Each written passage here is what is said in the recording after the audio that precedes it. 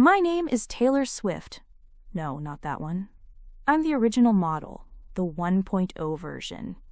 Exactly 1 year and 3 months older than the pop star who jacked my name and made it globally recognizable. I had it first, a fact I cheerfully point out to every new client who does a double take at my business card, usually followed by a quip like, "She sings, I sell houses. One of us is clearly better at monetizing our brand."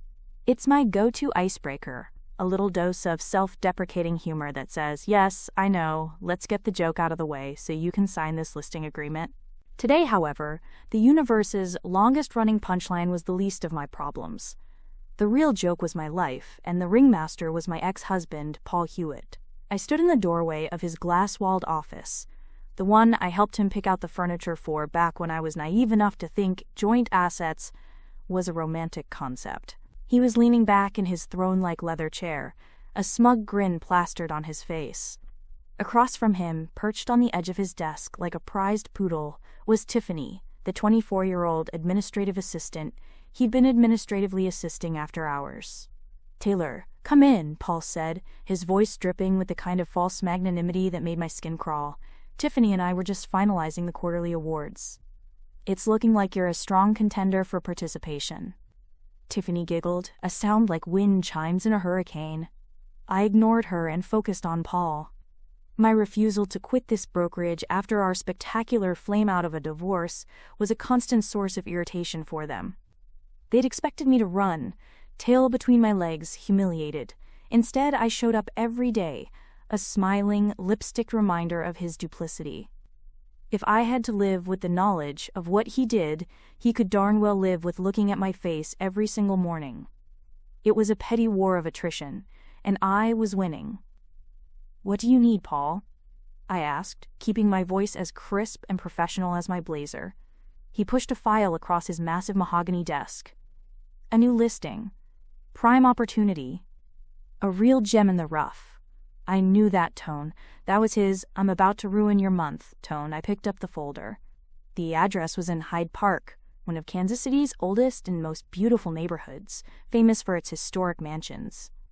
My optimism lasted exactly 3 seconds, until I opened the folder and saw the photos. The house wasn't a gem in the rough. It was the entire mine after a catastrophic collapse. The Victorian mansion, once undoubtedly glorious, now looked like it was actively trying to return to the earth. A sagging porch, windows boarded up like vacant eyes, and paint peeling in leprous sheets.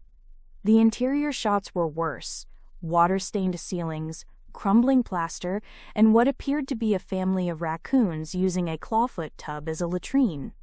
"It's an estate sale," he explained, steepling his fingers. "The heirs live out of state and want a quick-as-is cash offer. It's a challenge, but if anyone can work miracles..." He let the sentence hang in the air, a silken insult. This wasn't a listing. It was a punishment, a commissionless, soul-crushing time suck designed to make me fail. My jaw tightened, a familiar clench of defiance. Fine. He wanted to play games? I'd play. "I'll take it," I said, my voice unnaturally bright. I love a good challenge.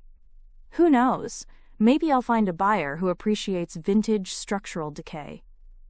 I turned on my heel and walked out, the file clutched in my hand like a declaration of war.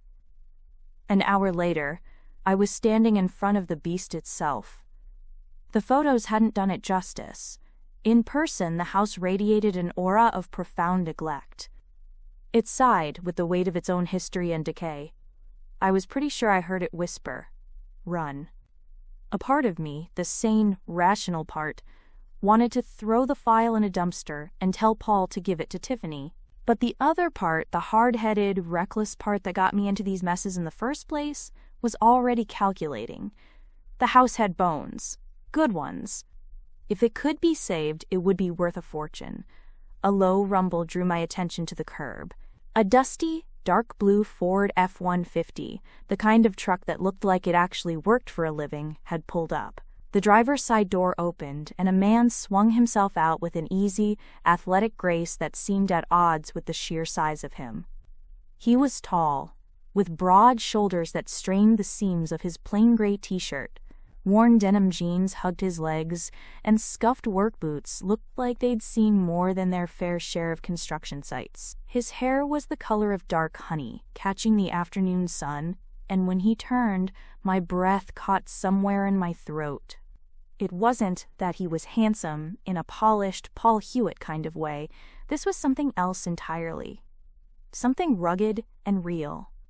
Lines fanned out from the corners of his eyes the color of moss after a rainstorm, and a day's worth of stubble shadowed a strong jaw. He looked steady, solid, like he could hold up a collapsing wall with one hand and not even break a sweat. He walked toward the house, his gaze fixed on the crumbling facade, a thoughtful frown creasing his brow. He didn't seem to notice me at all, which was, for some reason, intensely irritating. "Thinking of buying?" I called out, my voice sharper than I intended. He finally looked at me, and those green eyes swept over me from head to toe. It wasn't a leer. It was an assessment. Quick, thorough, and utterly unnerving. A slow, unexpected heat bloomed deep in my belly, a traitorous warmth that had no business showing up to this pity party. "Thinking of saving it," he replied, his voice a low, gravelly baritone that vibrated straight through me. He gestured with his chin toward the monstrosity. "She's got a good soul, just a broken body." I let out a short, humorless laugh. "You and me both, sister," I muttered to the house. Louder, I said, "Well, you're in luck. I'm the listing agent. Taylor Swift." I waited for the inevitable flicker of recognition. The stupid joke. It never came. He just nodded, his expression serious. "Blake McAlister." He extended a large, calloused hand. When my fingers met his, it was like grabbing a live wire. A jolt, sharp and electric, shot up my arm. His skin was warm and rough against mine, his grip firm and confident. The contact lasted only a second, but my entire nervous system lit up like a switchboard. I snatched my hand back, my heart hammering against my ribs. "So, you're a contractor?" I asked, trying to regain my composure. "I own a restoration company," he said, his eyes already back on the house. "McAlister Restorations. We specialize in bringing old girls like this back to life." There was something in the way he looked at the building, not with the calculating eye of a developer, but with a kind of reverence. He saw the beauty beneath the ruin, the history and the rot. For the first time all day, a tiny spark of hope ignited within me. "The inside," I said, shaking my head, "is a whole other level of horror." A slow grin spread across his face, transforming his rugged features into something devastatingly attractive. That's my favorite kind. I found the key in the lockbox and pushed the heavy oak door open. It groaned in protest, revealing a grand foyer suffocated by dust and darkness. A once majestic staircase curved upwards into the gloom, its banister dangling precariously. We spent the next hour walking through the wreckage. Blake moved with a quiet confidence, tapping walls, examining floor joists, his brow furrowed in concentration. I followed in his wake, my heels sinking into softened floorboards, the air thick with the smell of damp earth and decay. In the cramped, dark hallways, his proximity was overwhelming. I was acutely aware of the breadth of his shoulders, the heat radiating from his body, the clean, simple scent of soap and fresh air that clung to him. My insides felt like they were twisting into a knot, a strange mix of anxiety and a deep, unfamiliar pull. We ended up in what was once the library. Bookshelves lined the walls, warped and empty. A massive fireplace, its marble mantel cracked down the middle, stood as a monument to faded grandeur. "It's a complete gut job," I said, the weight of the task finally crushing my defiant spirit. "No one's going to buy this. Paul knew it. He just set me up to fail." The words slipped out before I could stop them. Blake turned to face me, his expression unreadable. The late afternoon light slanted through a grimy window, illuminating the dust motes dancing between us. "Your husband?" he asked quietly. "Ex-husband," I corrected. the word tasting like ash. And my boss. It's a long, boring, and pathetic story. He didn't press. He just stood there, watching me, those moss-green eyes seeming to see right through the sarcastic, hard-headed shell I'd built around myself. The silence stretched, thick with unspoken things. I felt exposed, raw. "I can fix it," he said, his voice a low rumble that settled the frantic energy inside me. "You don't even know what the heirs are asking," I countered, my defense mechanisms kicking back in. The restoration costs alone would be astronomical. "I don't care what they're asking," he said, taking a step closer. The space between us shrank, suddenly charged and intimate. My pulse leaped into a frantic rhythm. "I want this house. But I'm not just going to buy it." I blinked, confused. "What do you mean?" He closed the remaining distance between us. He was so close I could see the flecks of gold in his green eyes, could feel the warmth of his breath. My own breathing hitched. That pull in my gut intensified, a magnetic force yanking me toward him. "I mean," he said, his voice dropping to a near whisper, a sound that made the fine hairs on my arms stand on end, "I'll take on this entire project. I'll fund it, I'll restore it, and we'll split the profit when we sell. But I have one condition." My throat was suddenly tight, my mouth dry. "What? What condition?" A corner of his mouth lifted in that slow, devastating smile. He held my gaze, and the world seemed to narrow to the few inches of dusty air separating us. "You have to be my partner," he said. "Not just the agent. My partner. On everything." My brain, a notoriously unreliable narrator at the best of times, decided to go on a full-blown vacation. It packed a little suitcase, put on a tiny pair of sunglasses, and left my mouth in charge of international relations.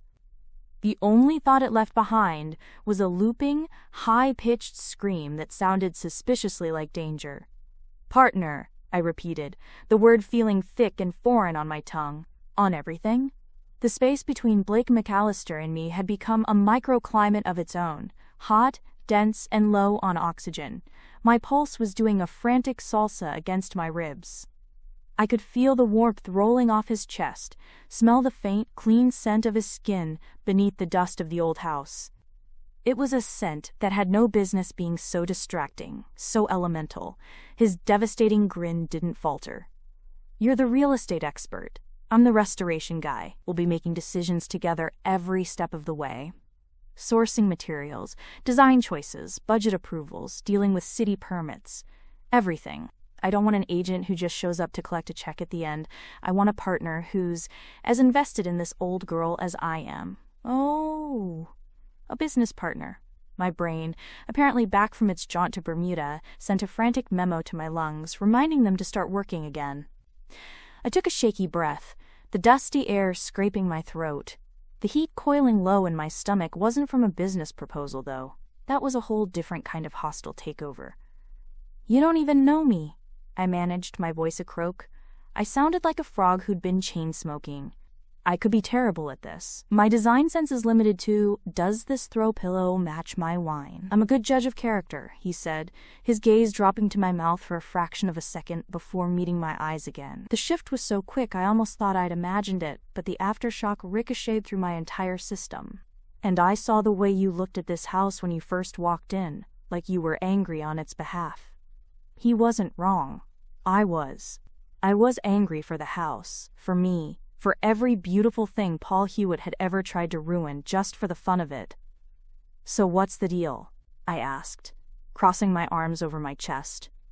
It was a defensive posture, a flimsy barricade against the sheer force of his presence. "You put up all the capital for the purchase and renovation, I handle the real estate side, and we split the net profit 50-50? "That's the gist of it," he confirmed, still not moving, still holding me captive with nothing more than those moss-green eyes. It was insane. It was reckless. It was the single most exciting professional opportunity that had ever been dropped in my lap. More than that, it was a beautifully crafted, diamond-tipped middle finger pointed directly at Paul. The thought sent a thrill of pure, unadulterated defiance through me.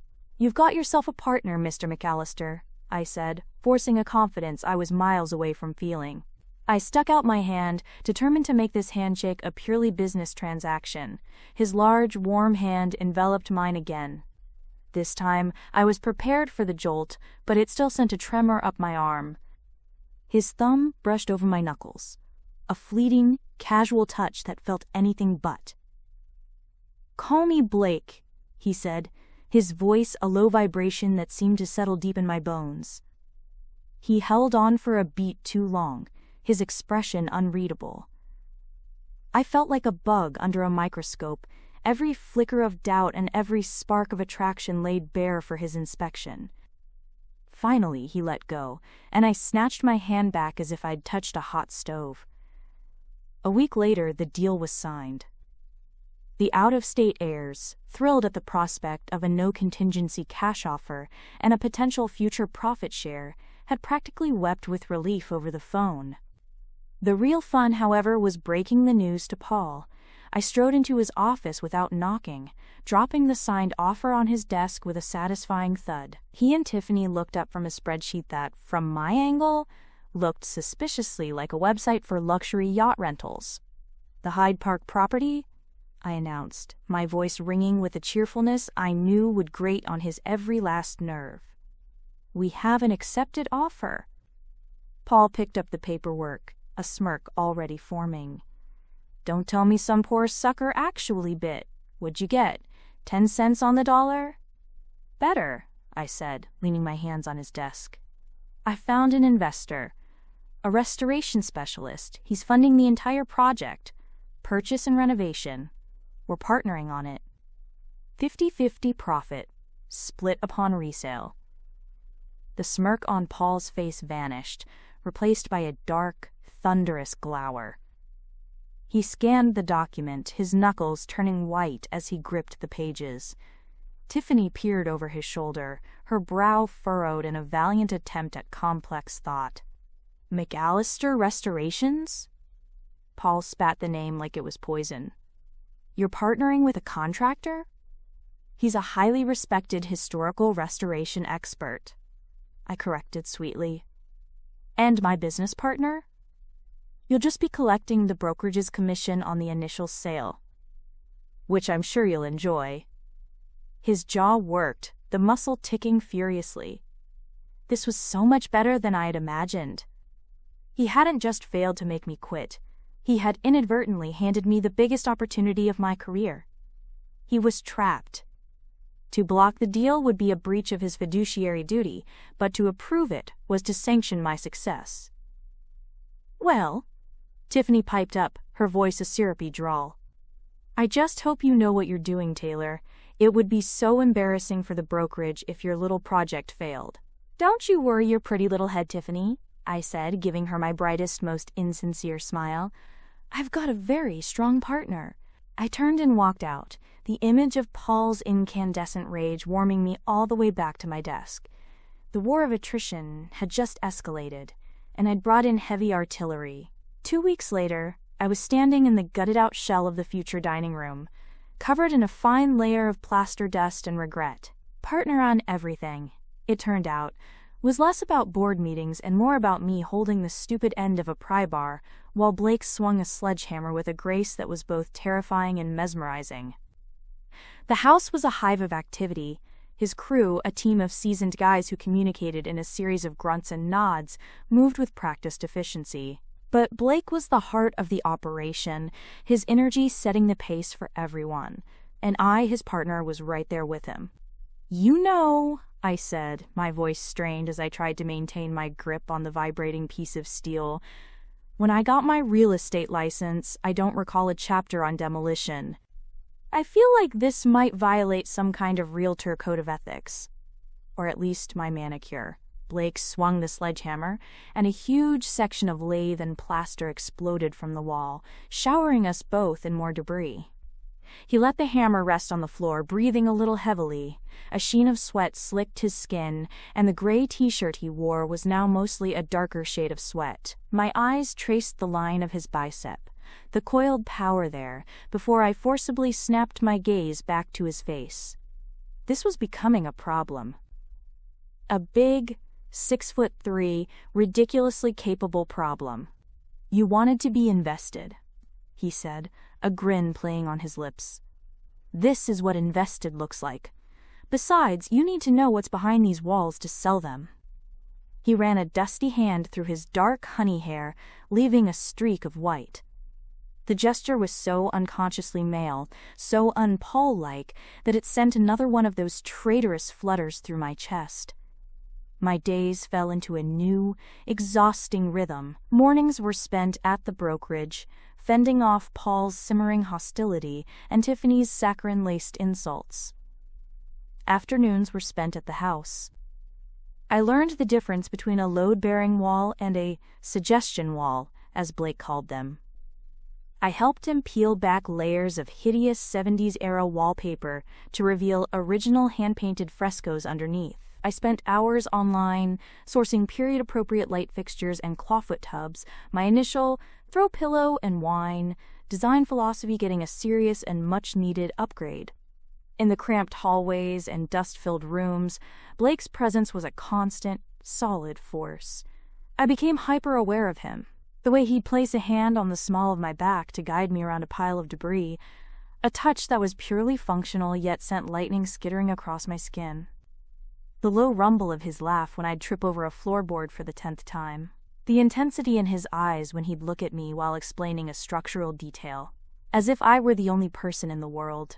My life had become a dizzying cocktail of professional ambition and a deep, primal pull toward a man I barely knew. I'd go home at night so tired my bones ached, and fall into bed only to have my dreams invaded by moss-green eyes and the scent of clean sweat and old wood.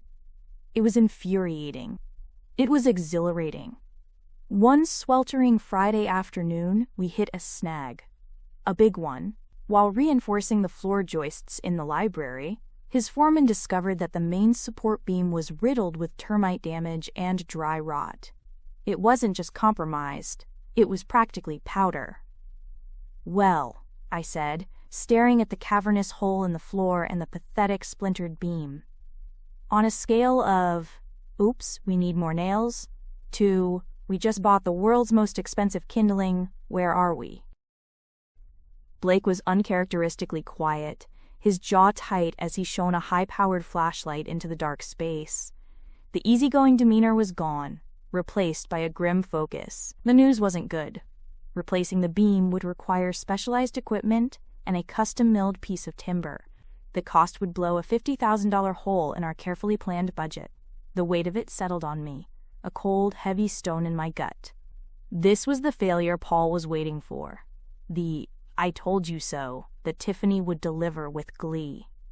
"We're screwed," I whispered, the fight draining out of me. "This is it." "We're done." Blake switched off the flashlight and turned to me. In the dim light of the ruined library, his face was all sharp angles and shadows. He took a step closer, and my breath hitched. "No, we're not," he said, his voice low and firm, a current of pierced steel running through it. "This is a problem. And we solve problems. That's what we do."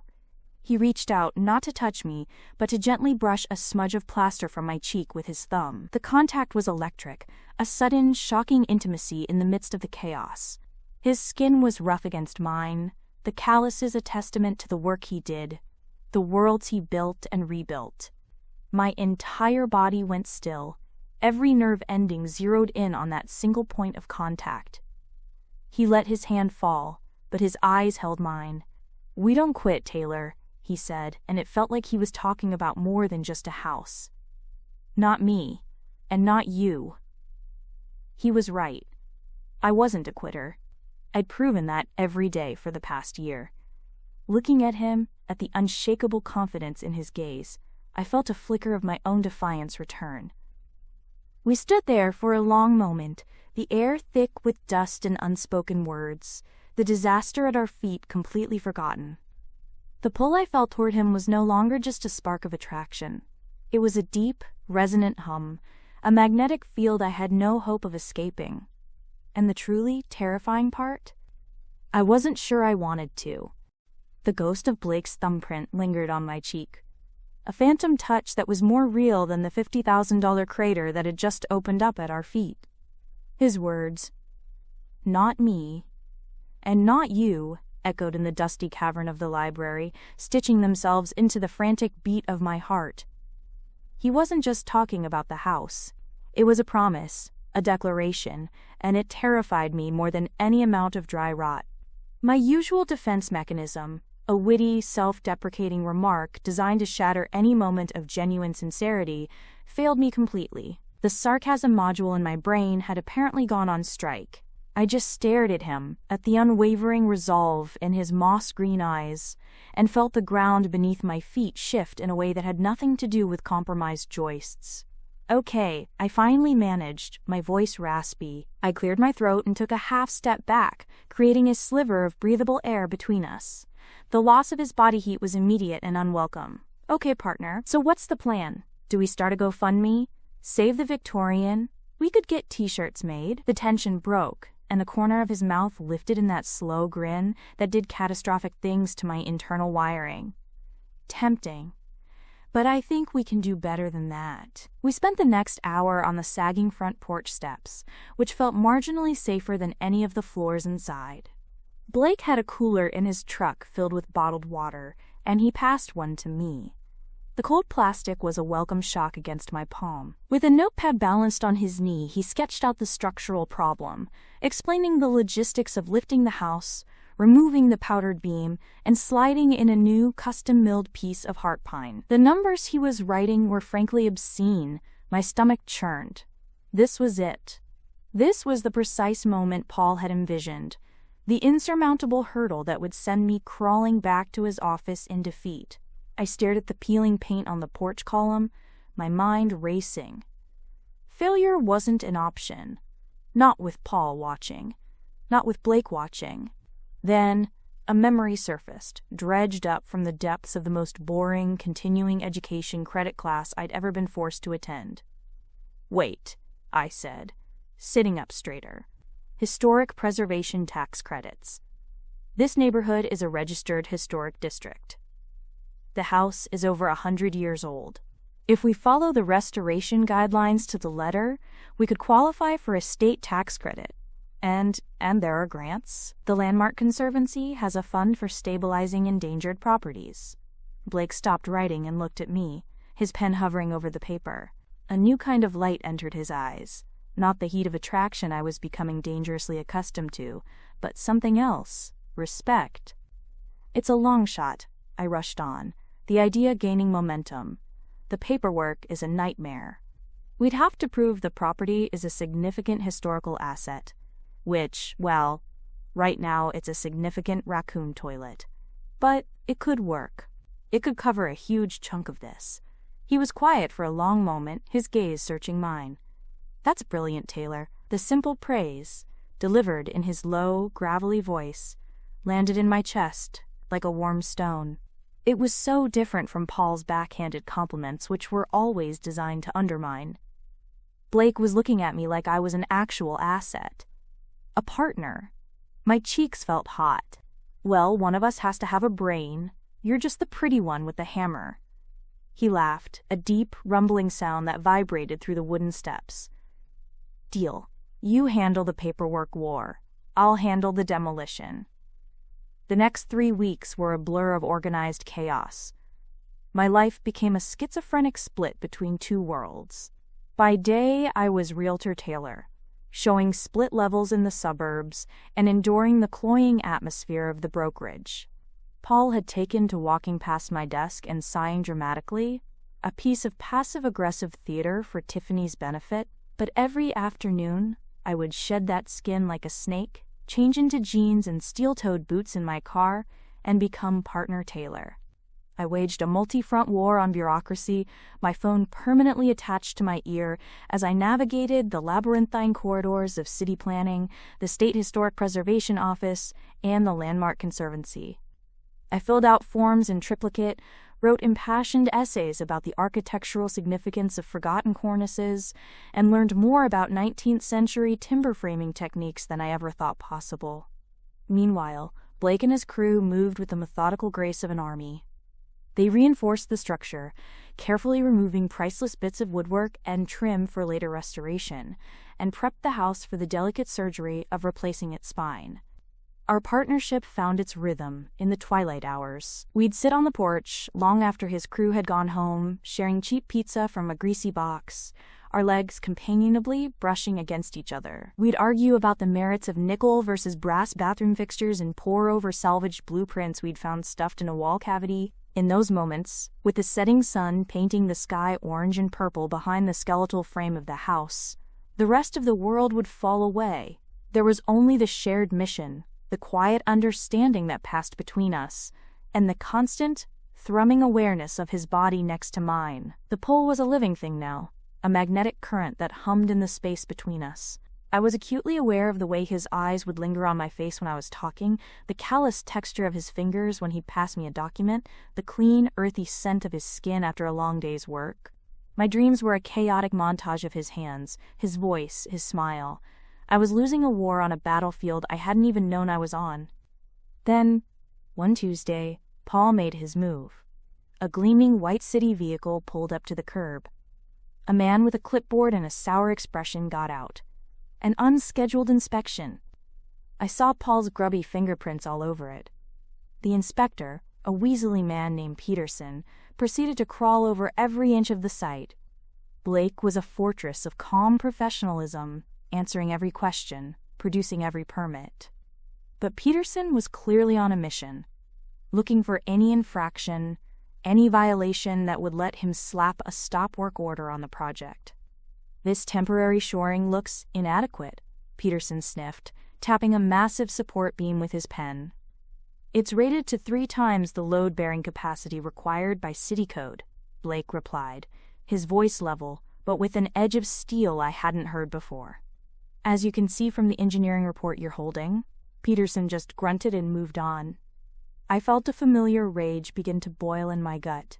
This wasn't about safety codes, this was a hit job. When Peterson started questioning the integrity of our electrical permit, something in me snapped. "You know, Mr. Peterson," I said, stepping forward, my voice dangerously sweet.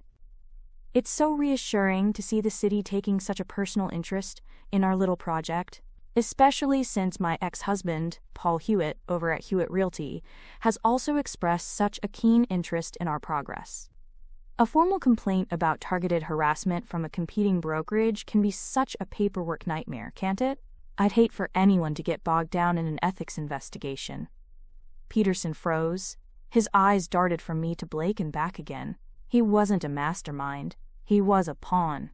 And he clearly had no interest in being sacrificed in Paul's stupid game. He mumbled something about everything appearing to be in order for now, made a hasty retreat to his car, and sped away. The silence he left behind was thick with adrenaline. "Damn, Swift," Blake said, turning to me. A slow, appreciative grin spread across his face. "Remind me never to get on your bad side." "You've already seen my bad side," I retorted, my heart still hammering. That was my reasonable and diplomatic side. The shared victory, the leftover adrenaline, it created a dangerous cocktail. We were alone, standing in the future kitchen, as dusk settled outside. A single work light cast long shadows, painting the exposed studs and bare floors in stark relief. The air felt charged, thick with everything we never said. "He's a fool," Blake said quietly, his voice a low rumble in the near darkness. He'd moved closer, and I hadn't even realized it. Or maybe I'd moved. The space between us had vanished. "For letting you go," my breath caught. That magnetic pull was no longer a gentle hum. It was a physical force, yanking the air from my lungs and drawing me toward him. His gaze dropped to my lips, and I saw his pupils dilate in the dim light. This was it. The precipice. He lifted his hand, his movements slow, deliberate, giving me every chance to pull away. I was frozen, trapped in the tractor beam of his eyes. His rough, calloused thumb came up to trace the line of my jaw, sending a wildfire of sensation across my skin. It wasn't gentle. It was possessive, a claim. He smelled of hard work and the cool night air, a scent that was fundamentally, elementally male. My head tilted back, an invitation. My entire body was screaming yes. He lowered his head, his lips just a breath from mine. I could feel the heat of his mouth, could see the flecks of gold in his irises. Then, an image flashed behind my eyes, sharp and unwelcome as a shard of glass. Paul, in his glass office, that smug grin on his face, Tiffany perched beside him. The sting of betrayal, the crushing weight of humiliation. The year of fighting to put myself back together. A strangled sound escaped my throat, and I flinched back so violently I stumbled into a stack of drywall. The connection shattered. Blake straightened up instantly, dropping his hand as if he'd been burned. A shudder closed over his face, his expression becoming guarded, unreadable. The heat between us was replaced by a sudden, freezing chill of awkwardness. I should go, I stammered, not meeting his eyes. My voice sounded foreign, thin. It's late. Long day. I practically ran from the house, fumbling for my keys, not daring to look back. I threw myself into my car, my hands shaking so badly I could barely get the key in the ignition. My heart was a wild animal beating against the cage of my ribs. It wasn't the almost kiss that had me terrified. It was the fact that, for one insane, breathless moment, I had wanted it more than I'd wanted anything in a very long time. The house wasn't the only restoration project I was involved in, and I was beginning to realize mine was the one in the most danger of a complete and total collapse. Running away from an almost kiss is a lot like running away from a bear. Your lizard brain takes over, you move faster than you thought humanly possible, and you don't stop until you're safely locked in your car, hyperventilating and smelling vaguely of panic. The main difference is, the next morning, you don't have to go back and try to have a professional conversation with the bear about shiplap. I spent the entire drive to the house the next day practicing my opening line. So, about last night, just kidding. What happened last night? Too flippant. Listen, I'm emotionally unavailable and a terrible investment, much like this house was yesterday. Too honest. I finally settled on pretending it never happened, a time-honored strategy I'd perfected during my marriage to Paul. When I walked in, Blake was talking to his foreman, Leo. He glanced up, and his moss-green eyes met mine for a fraction of a second before flicking away. The easy warmth that was usually there was gone, replaced by a cool, polite neutrality. The air, which yesterday had been crackling with enough electricity to power a small city, was now thick with the suffocating silence of a library during finals week. "Morning," he said, his voice flat. He turned back to Leo, pointing at a blueprint. "We need to start framing the new powder room here." "Morning," I chirped, my voice an octave too high. I clutched my laptop bag to my chest like a shield. Just came to, measure the dust levels. For a grant. A dust grant. My brain, which had been so helpful in shutting down city inspectors, had apparently clocked out for the day, leaving an idiot intern in charge. Blake didn't even look at me. Leo, a barrel-chested man with a kind, weathered face, just gave me a confused but sympathetic smile.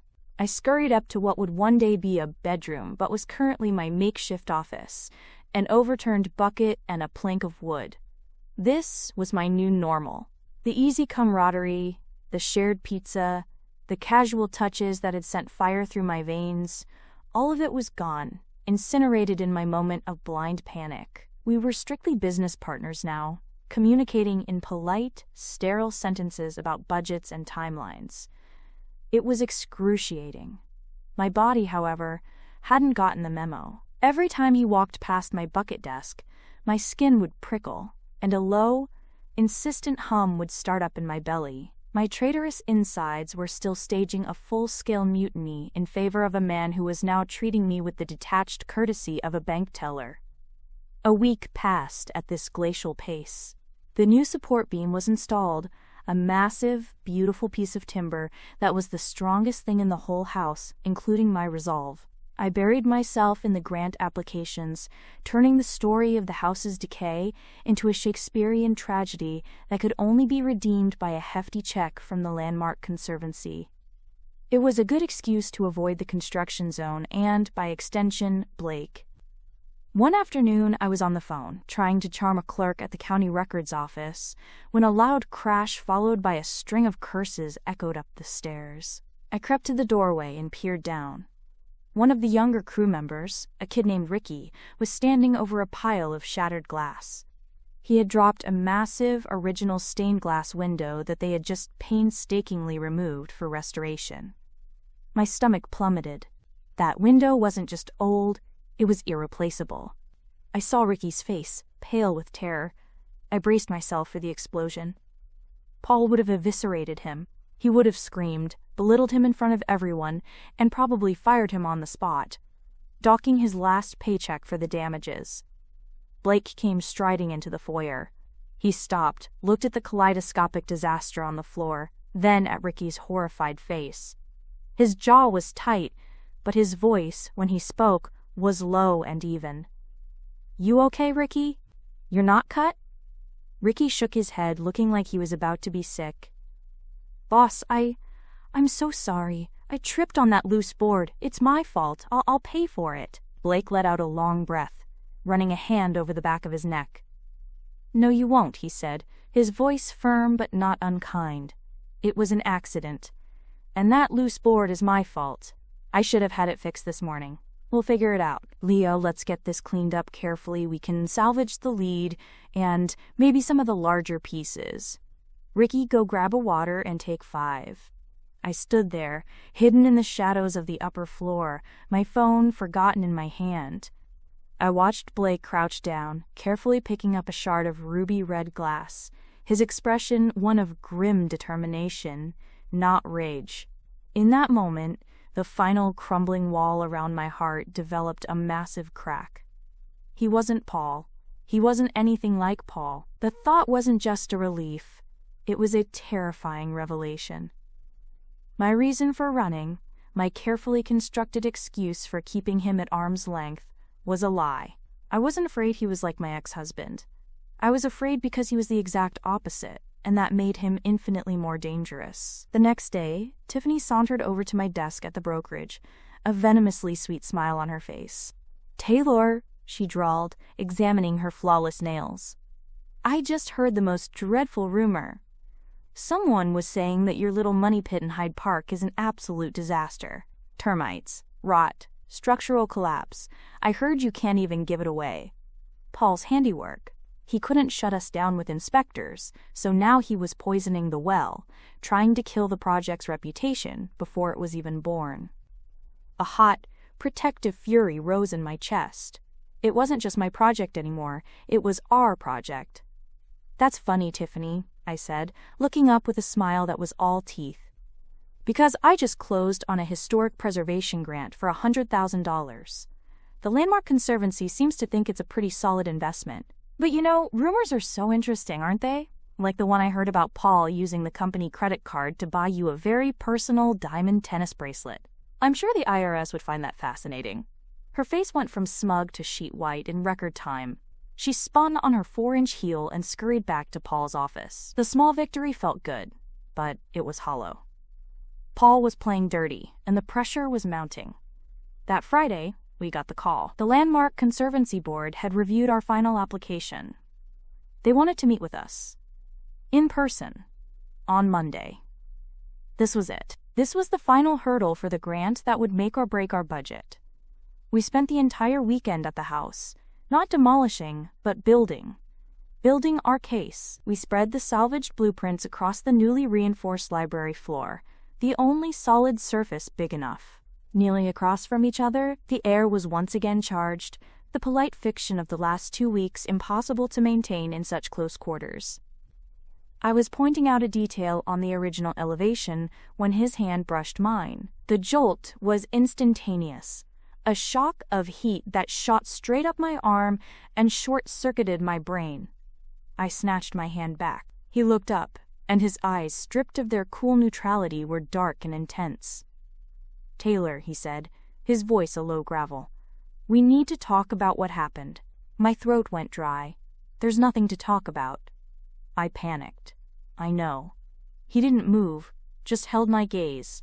The space between us hummed. "I just want you to know, that's not who I am. I don't push." The sincerity in his voice was like a physical blow. He thought he had scared me. He thought he was the problem. The irony was a bitter pill. "It wasn't you," I whispered, the admission costing me more than I wanted to admit. "It was me. I'm the one with the structural issues." A ghost of a smile touched his lips. "I'm good with structural issues," he said, softly. "It's what I do." On Monday, we walked into the Conservancy's boardroom, feeling like we were about to defend a doctoral thesis we'd written on a cocktail napkin. The room was intimidating, all dark wood and portraits of stern-looking dead guys. The board consisted of 5 people who looked like they'd been born wearing tweed. But then we started talking. Blake spoke about the house's bones, its history, the craftsmanship hidden beneath a century of neglect. He spoke with a quiet passion that was mesmerizing. Then I stood up. I laid out the financials, the tax credit strategy, the projected resale value, and the plan to turn this neighborhood blight into a historic jewel. I talked about its soul. We moved back and forth, a seamless team, his expertise bolstering my salesmanship, my vision giving life to his raw materials. We were a well-oiled machine, a partnership. When we walked out into the bright afternoon sun, we were both blinking, high on adrenaline. "Well," I said, my heart still thumping a frantic rhythm against my ribs. "I think the guy in the bow tie actually smiled. Once. It was terrifying." Blake laughed, a real deep laugh that made my stomach swoop. "You were incredible, Taylor. You didn't sell them a house. You sold them a fairy tale. You're the one who has to actually build the castle, Prince Charming," I shot back, the old easy banter returning as if it had never left. We drove back to the house in a comfortable silence. The victory, whether we got the grant or not, was in the teamwork. We had faced them down together. Back in the dusty foyer, the afternoon light streamed through the empty window frames, illuminating the swirling dust motes like tiny golden stars. The new support beams stood solid and true above us. "We're good at this," Blake said, his voice quiet, echoing slightly in the big empty space. He turned to face me. "When you're not running away from me." It wasn't an accusation. It was a simple statement of fact, laid bare between us. My escape routes were gone. My excuses had crumbled to dust. He stood there, solid and steady, his green eyes searching mine, waiting. He wasn't chasing. He was just standing still, giving me the choice to close the distance myself. My heart hammered. This was more terrifying than Paul, more terrifying than a collapsing house, more terrifying than a whole board of tweed-clad executioners. This was the precipice again, and this time running felt like the biggest mistake of my life. I met his gaze, my chin lifting. "We are," I said, the 2 words, a confession, a surrender, a promise. "We're very good at this." The words hung in the air between us, shimmering in the dusty golden light like a promise. "We're very good at this." It was a surrender. My white flag was up, waving frantically, and my entire nervous system was bracing for the beautiful, terrifying consequences. Blake didn't smile. The intensity in his gaze deepened, a storm gathering in the moss-green depths. He closed the distance between us in 2 long, deliberate strides. My own feet felt nailed to the floorboards.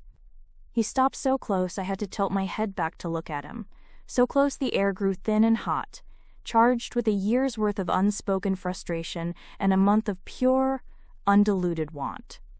He lifted a hand, and for a wild second I thought he was going to brush my cheek again. Instead, his calloused fingers tangled in the hair at the nape of my neck. The touch was not gentle. It was a brand, a claim, sending a jolt of pure fire straight down my spine. My breath hitched. He held my gaze for one more heartbeat, a silent question that I answered by leaning infinitesimally closer.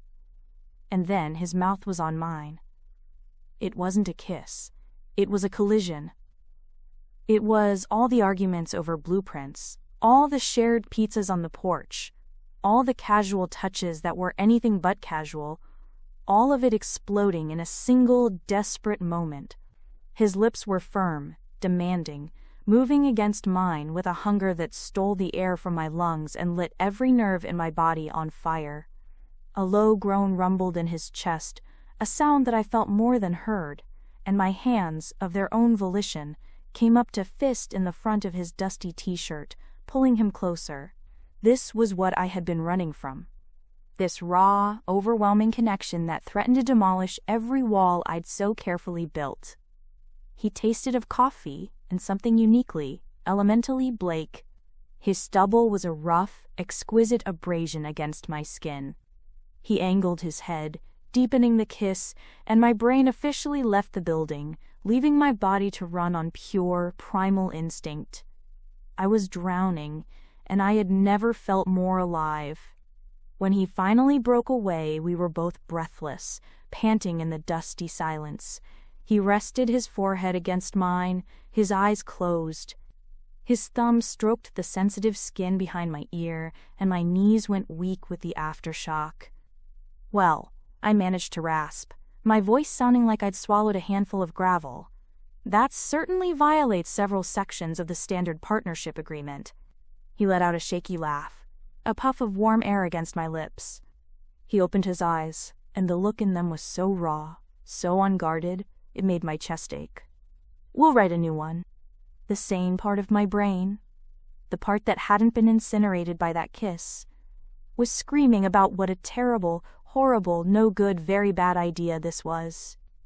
Getting involved with a business partner was rule number 1 in the handbook of self-preservation I'd been writing for the last year. But looking up at Blake, at the man who saw value in ruined things, who met my sarcasm with a slow smile and my panic with unwavering steadiness, I couldn't bring myself to care. I wanted to break all the rules with him.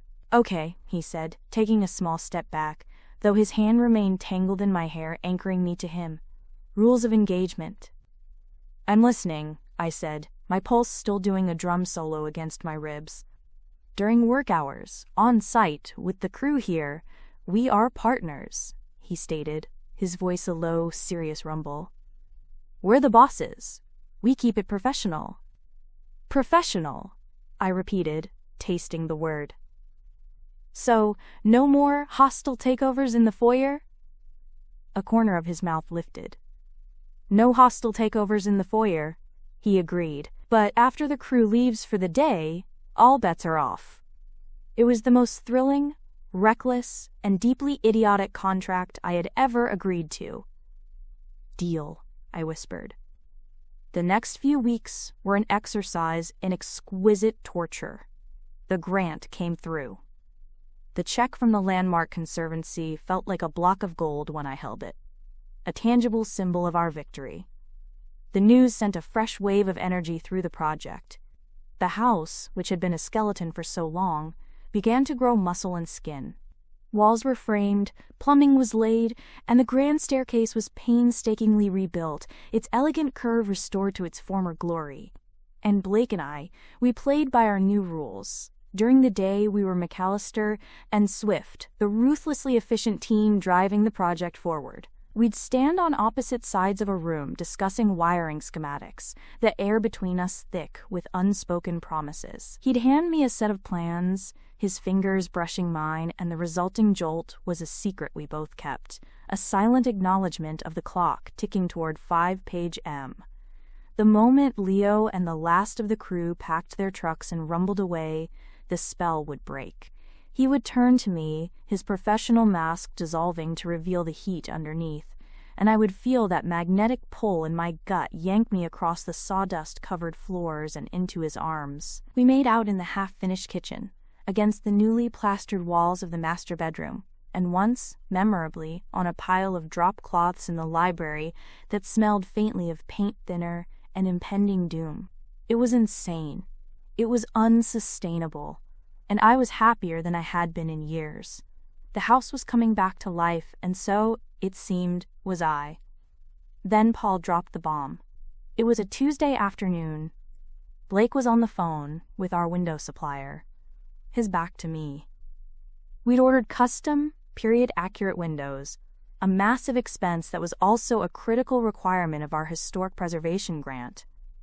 I was cross-referencing invoices when I heard the tone of Blake's voice shift, the easy cadence tightening into something sharp and cold. "What do you mean canceled?" he said into the phone. I looked up. The muscles in his back were rigid beneath his t-shirt. "We put down a 50% deposit 2 months ago. I don't care who called. My company's name is on that purchase order." A cold dread trickled down my spine.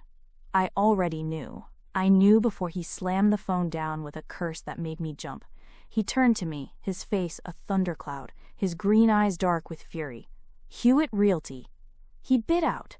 "Paul Hewitt called the supplier this morning, told them he was the primary stakeholder in the Hyde Park project, and that there were financing issues. He canceled our entire order." "He can't do that," I gasped, jumping up from my bucket desk. "He just did."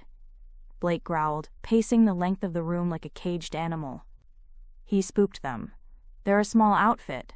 The idea of getting stiffed on a 6-figure custom order was enough. They've already reallocated our production slot. It'll be 6 months before they can even look at our order again." 6 months. We didn't have 6 months. We had deadlines stipulated by the grant. We had a timeline. 6 months would sink us. The cold dread in my stomach turned into a block of ice. This wasn't a petty inspection or a nasty rumor. This was a direct, crippling blow designed to make us fail in the most public and expensive way possible. "I am going to kill him," I said, my voice dangerously quiet. "I am going to drive to his office and dismantle him, piece by piece."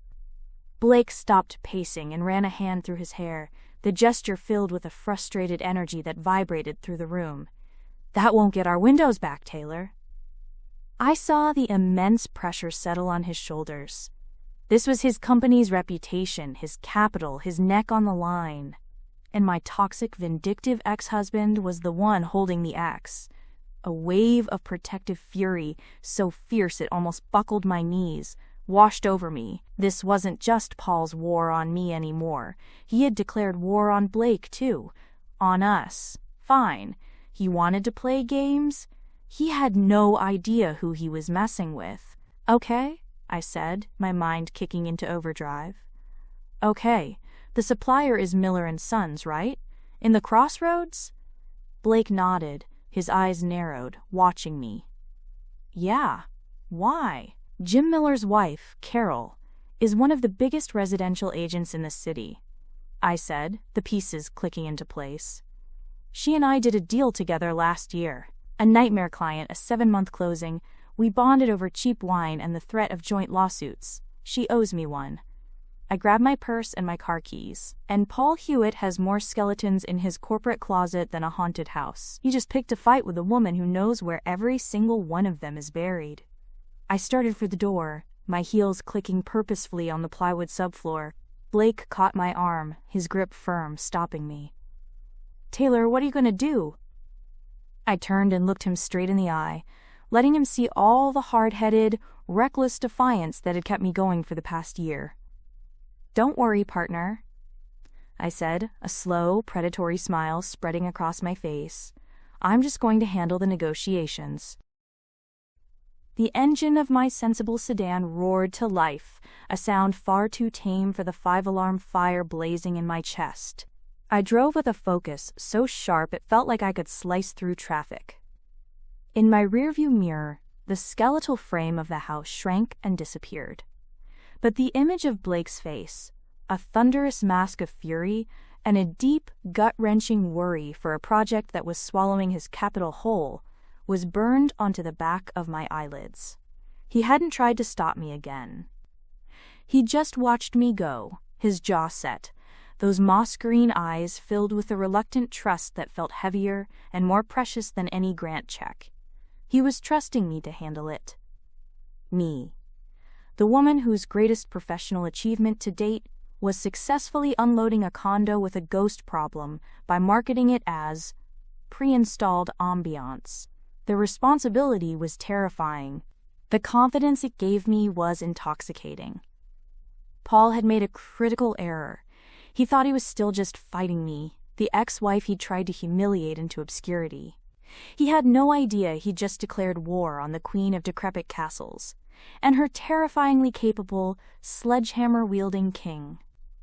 And this queen had an arsenal he'd forgotten she possessed. 20 minutes later, I was sliding into a booth across from Carol Miller at a chic little wine bar in the Crossroads. Carol was a force of nature in a silk blouse, a real estate shark with a killer smile, and the closing record to back it up. We'd survived the closing from hell together, a bond forged in the fires of 1,000 ridiculous amendment requests. "Taylor, darling," she said, sipping a Pinot Grigio.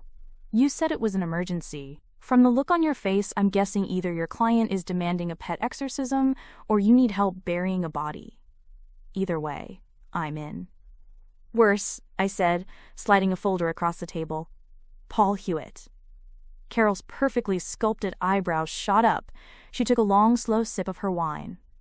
"Ah, the ex. I'm going to need more wine." "Waiter!"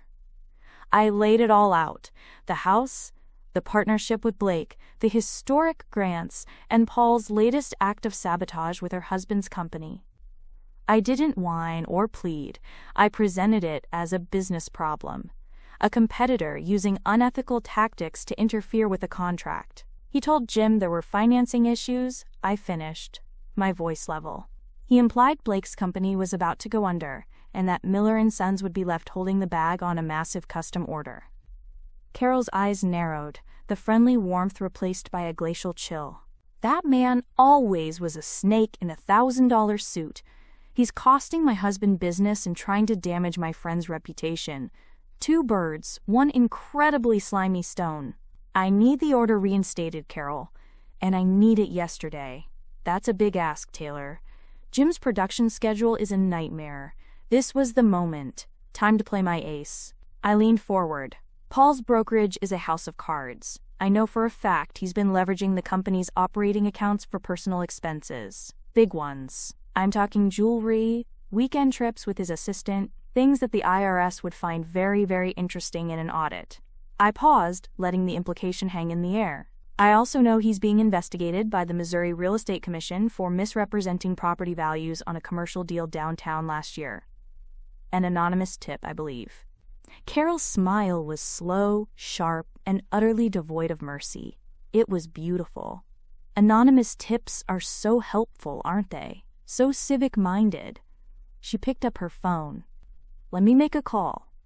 I think a production slot may have just miraculously opened up. Amazing how that happens." By the time I left the wine bar, the window order was back on, with a rush put on it for a valued client. Carol and I had sealed the deal with a handshake and a shared vow to dance on the smoldering ruins of Paul Hewitt's career. My next stop was his office. I walked into the brokerage like I owned the place, my heels clicking a war drum rhythm on the polished floors. Tiffany looked up from her desk, her mouth opening to deliver some syrupy insult, but she snapped it shut when she saw the look on my face. I didn't slow down. I walked straight to Paul's glass door and pushed it open without knocking. He was on the phone, leaning back in his throne. He scowled at my entrance, holding up a finger to tell me to wait. I walked over to his desk, picked up his ridiculously expensive pen, and clicked the button to end his call. "We need to talk," I said, my voice dangerously calm. His face flushed a dull, angry red. "What the hell do you think you're doing?" "Negotiating the terms of your unconditional surrender," I replied, placing my palms flat on his desk and leaning in. "You called Miller & Sons. You lied. You tried to sabotage my project." He scoffed, recovering his smug composure. "I was protecting the brokerage's interests." "Your little side project is a risky venture. If it fails, it reflects badly on us." "No," I said, my voice dropping to a near whisper. "You did it, because you can't stand it. You can't stand that I didn't crumble. You thought you could break me by giving me that house, but it turns out I'm very good at fixing broken things. And you, Paul? You are a broken thing." The color drained from his face. "The window order has been reinstated," I continued, never breaking eye contact. with an apology from the owner for the Bossett misunderstanding. And now you're going to listen. You will not contact my suppliers. You will not file nuisance complaints with the city. You will not speak my name, my partner's name, or the name of my project to anyone ever again. You are going to sit in this office and watch me succeed, and you are going to do nothing. Because if you even think about interfering again, I will take this neat little file I have. I patted my purse, detailing your creative accounting with the company credit card and your pending ethics investigation, and I will personally deliver it to every news outlet and regulatory body in this city. Am I clear?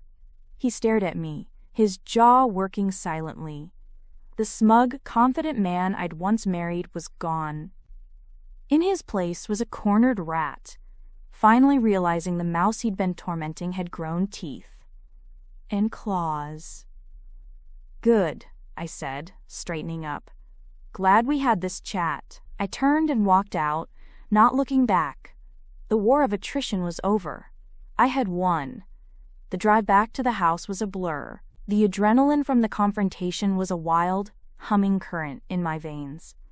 I parked and walked into the foyer, my heart still pounding. The crew was gone. The house was quiet, bathed in the soft, forgiving light of late afternoon. Blake was standing by the newly framed archway into the dining room, running his hand over the fresh pine. He looked up as I entered, and the anxiety on his face was so plain, so raw, it made my chest ache. "Did you?" He started, his voice rough. "It's handled," I said. The words felt ridiculously small for the magnitude of what had just happened. "The window order is back on. They're putting a rush on it." I took a shaky breath. "And Paul won't be bothering us again." He crossed the room in 3 strides, his eyes searching mine, trying to read the whole story there. "What did you do, Taylor?" I reminded him that I know where all the bodies are buried, I said, a tremor running through me as the adrenaline began to recede, leaving a hollow, shaky feeling in its wake. "And that I'm not afraid to start digging." He didn't say anything. He just looked at me, a long, unreadable look that stripped me bare. I saw respect in his eyes, yes, but there was something else too. Awe. And a fierce, possessive heat that made the air feel thick and heavy. He reached out, his hands cupping my face, his calloused thumbs stroking my jaw.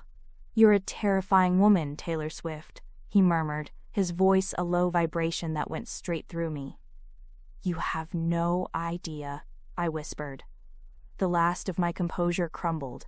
The fight was over, and all the emotion I'd been holding back, the fear, the rage, the triumphant, terrifying relief, came rushing to the surface. His head dipped, and his mouth found mine, not with the explosive hunger of before, but with a deep, searching tenderness that was my undoing.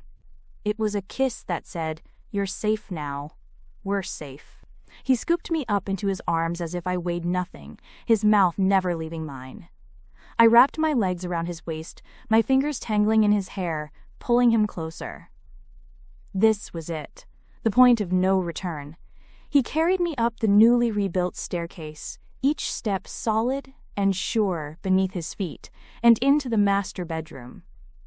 The walls were nothing but exposed studs, the floors bare plywood, but as he laid me down on a pile of clean drop cloths, it felt like the most luxurious suite in the world. It was ours. We were building it, together. And in the golden dust motes dancing in the evening light, I finally let myself believe that it was more than just a house. It was a home. In the golden twilight of the half-finished master bedroom, the world narrowed to the rough texture of the drop cloth beneath my back and the solid, reassuring weight of Blake McAlister above me. The air was thick with the scent of fresh-cut pine, plaster dust, and the clean, warm smell of his skin. Every rational thought I'd ever had, every rule of self-preservation I'd painstakingly written over the last year, had been bundled up and unceremoniously tossed out the nearest window frame. Good riddance. His kiss was no longer a desperate collision, but a slow, thorough exploration, a mapping of new territory. His hands, those large, calloused hands that could tame splintered wood and crumbling brick, were impossibly gentle as they traced the curve of my waist, my hip, my thigh, leaving a trail of searing heat in their wake. My own hands were busy rediscovering the coiled strength in his shoulders, the hard planes of his back, the soft texture of his hair. This wasn't just desire, a primal pull I'd been fighting for weeks. This was a different kind of demolition. He was systematically dismantling the last of my defenses, not with a sledgehammer, but with a tenderness that left me utterly exposed. And for the first time in a very long time, I didn't feel the urge to run. "Taylor," he murmured against my throat, his voice a rough vibration that resonated deep in my chest. He lifted his head, and his eyes, so dark in the dim light they were almost black, searched mine. "Are you sure?" The question hung between us, more important than any blueprint we'd ever studied. He wasn't just asking about this moment. He was asking about all the moments after. He was giving me an out, a final chance to retreat to the safety of our sarcastic partnership. The old Taylor, the 1.0 version, would have made a joke. She would have quipped about checking the structural integrity of the subfloor before proceeding. But that Taylor was a ghost, a dusty memory in a house that was being reborn. "I've never been more sure of anything in my life," I whispered, and the honesty of it was a raw, terrifying, beautiful thing. His answering smile was slow, devastating, and meant only for me. In a room with no walls, under a sky full of stars, we built something new. Something that had nothing to do with lathe and plaster, and everything to do with putting two broken things together to make a whole. The next 3 months passed in a whirlwind of chaotic, joyful progress. Our days were a symphony of nail guns, whining saws, and shouted conversations over the roar of a floor sander. Our nights were a quiet melody of shared takeout on the now-finished porch, whispered secrets in the dark, and the slow, steady rhythm of two lives knitting themselves into one. We fell into a routine that was anything but.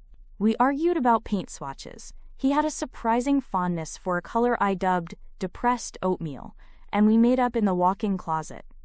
We learned each other's coffee orders, each other's histories, each other's scars. I learned that he was a surprisingly good dancer, a fact I discovered one night when he waltzed me around the dining room to the imaginary music of our future. The house drank up our energy, our money, and our time, and gave us back a masterpiece. The sagging porch was now a stately veranda with a pale blue ceiling. The boarded-up windows were filled with gleaming, custom-milled glass that caught the morning sun and threw rainbows across the newly polished hardwood floors.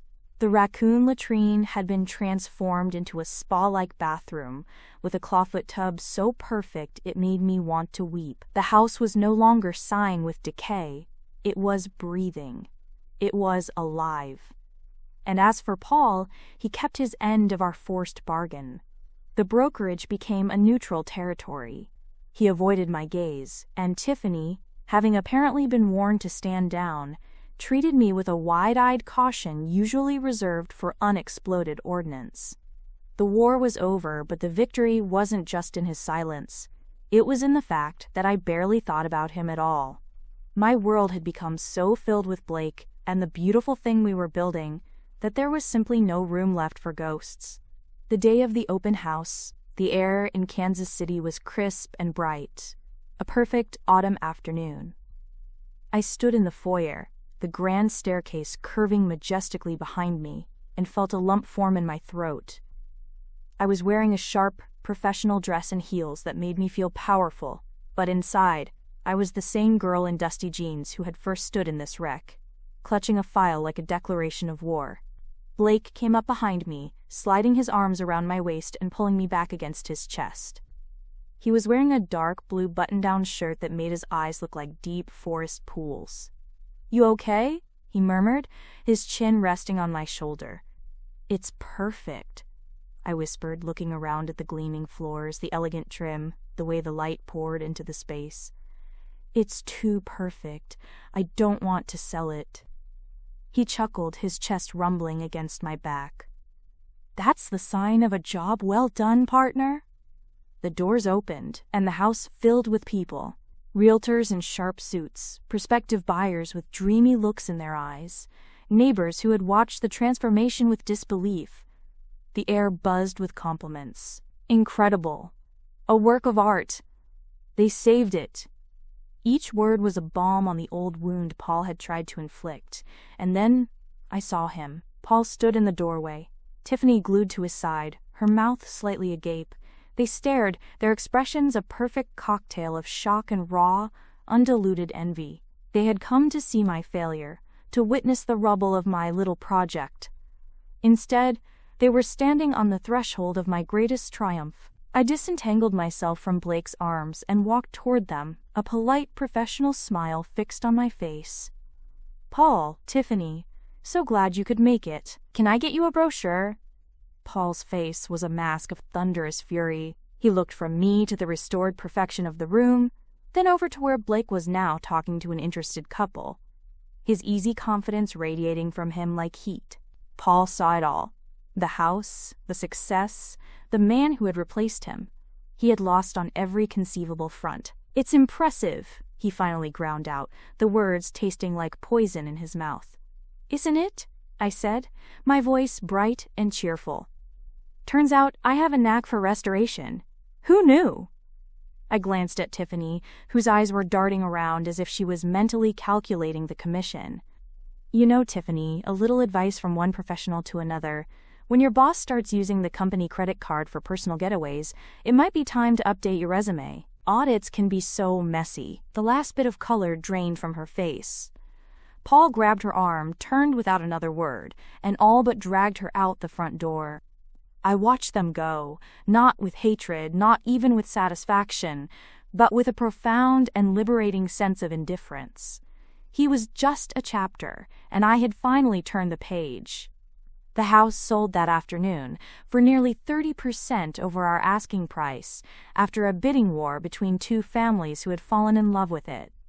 2 weeks later, Blake and I were sitting on the floor of the empty library, a bottle of champagne and 2 plastic cups between us. Spread out on the floor was the closing statement, a beautiful collection of numbers that confirmed we had not only succeeded, we had hit a grand slam. "To the Queen of Decrepit Castles," Blake said, raising his plastic cup. "And to the man who can hold up a collapsing wall without breaking a sweat." I toasted back, clinking my cup against his. The cheap champagne tasted like victory. We sat in a comfortable silence for a moment, the setting sun casting long shadows through the now immaculate room. "So," I said, tracing a pattern on the floor with my finger. "What now? Do we find another old girl with a broken body and a good soul?" Blake reached into the pocket of his jacket. He didn't pull out a blueprint.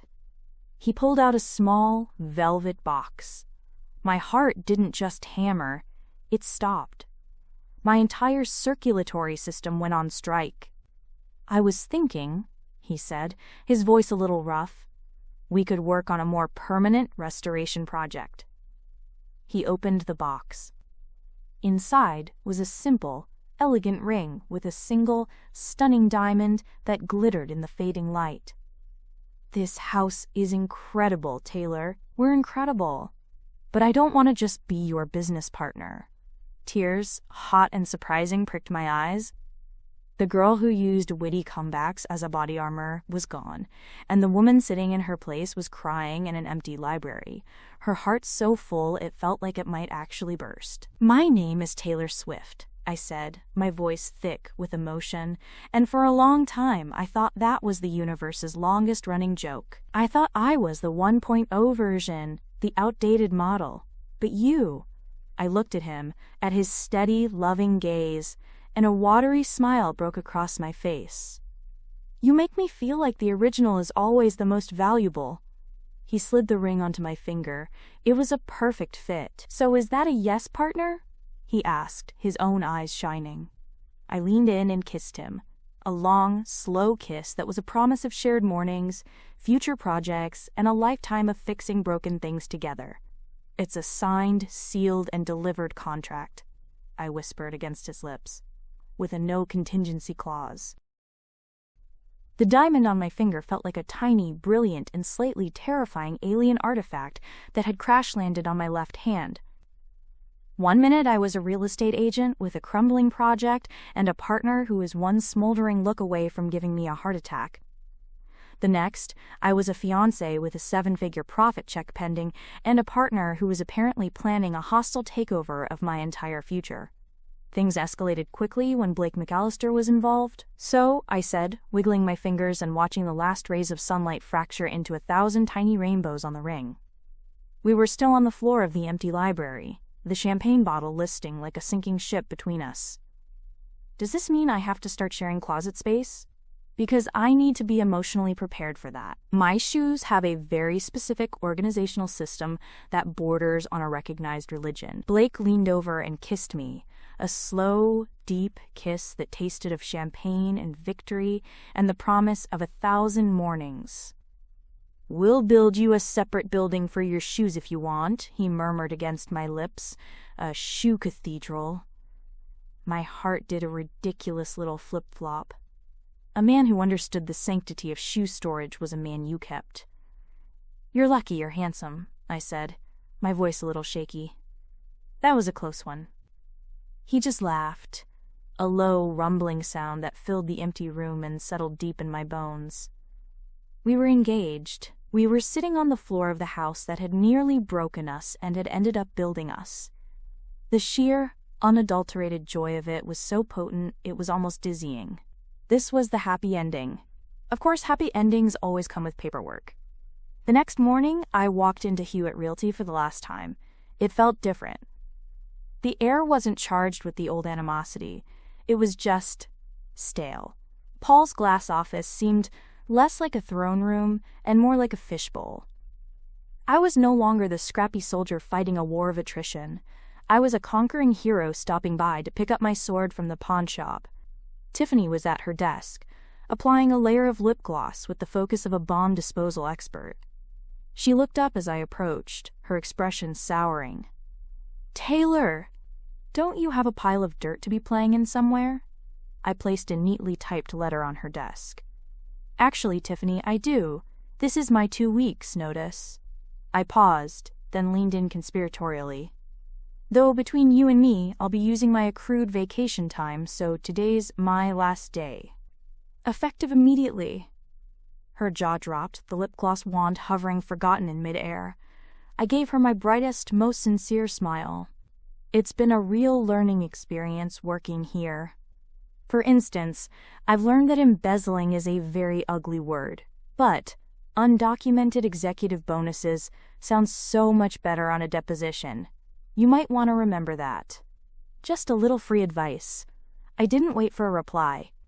I walked to my desk, boxed up the few personal items I kept there, a mug that said "World's Okayest Realtor," a framed photo of my dog, and a stress ball shaped like a house that I had squeezed into a permanent state of deformity.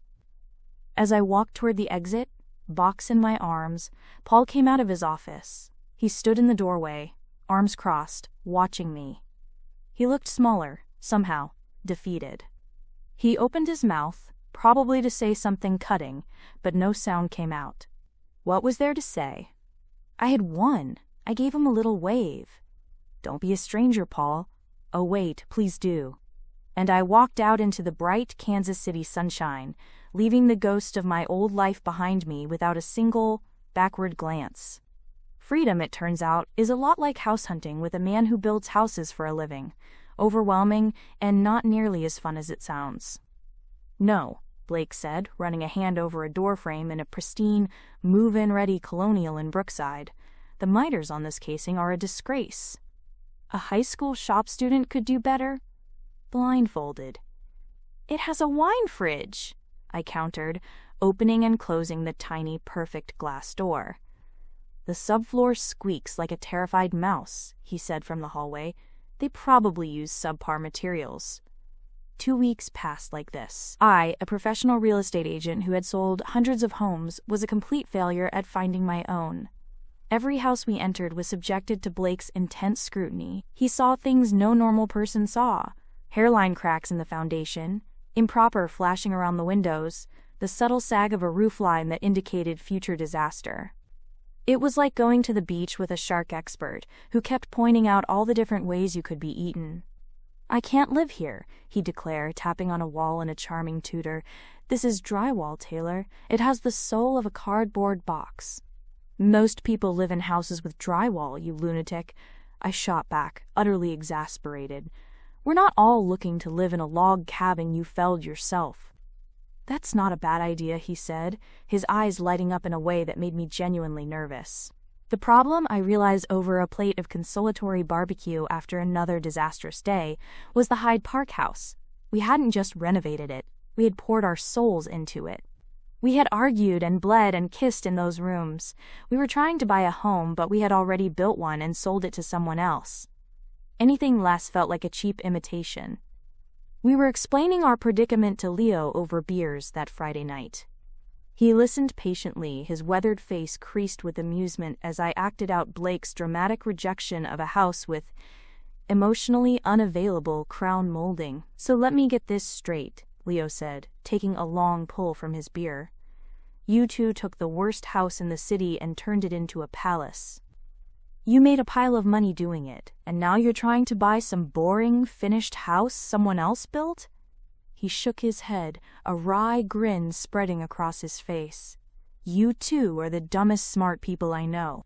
You don't buy homes, you rescue them. Stop looking for a finished product and go find another disaster. A disaster for you." The silence that followed was deafening. Blake and I looked at each other across the table.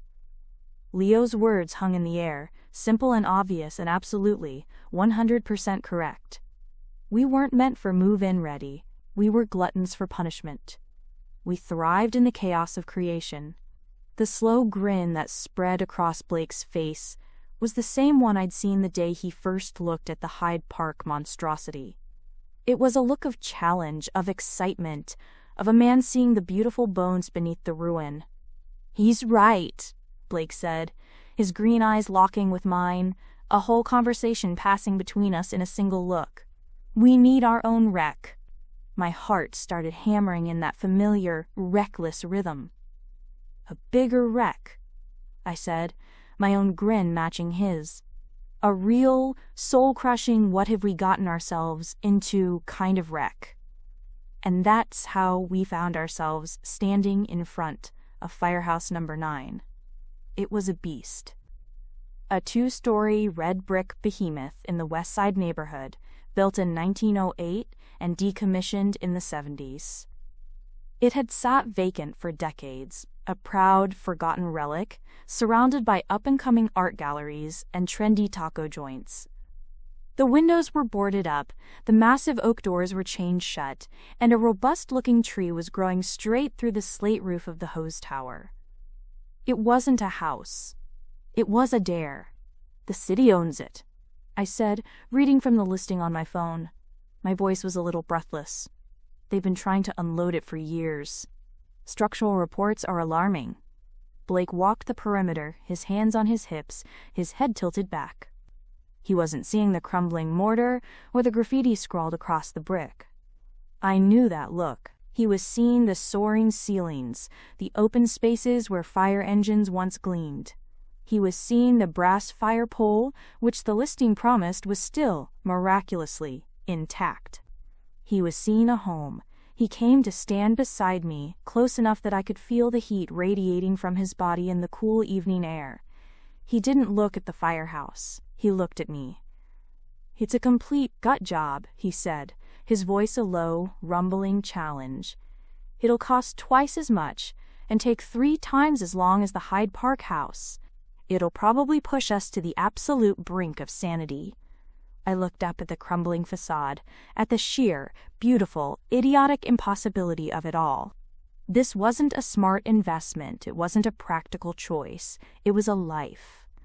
A messy, complicated, sawdust-filled life, built from the ground up with the only person I would ever want to face a collapsing wall with. I slid my hand into his, our fingers lacing together, the diamond on my finger a hard, reassuring presence against his calloused skin. "I know," I said, a giddy, reckless joy bubbling up inside me. "When do we start?"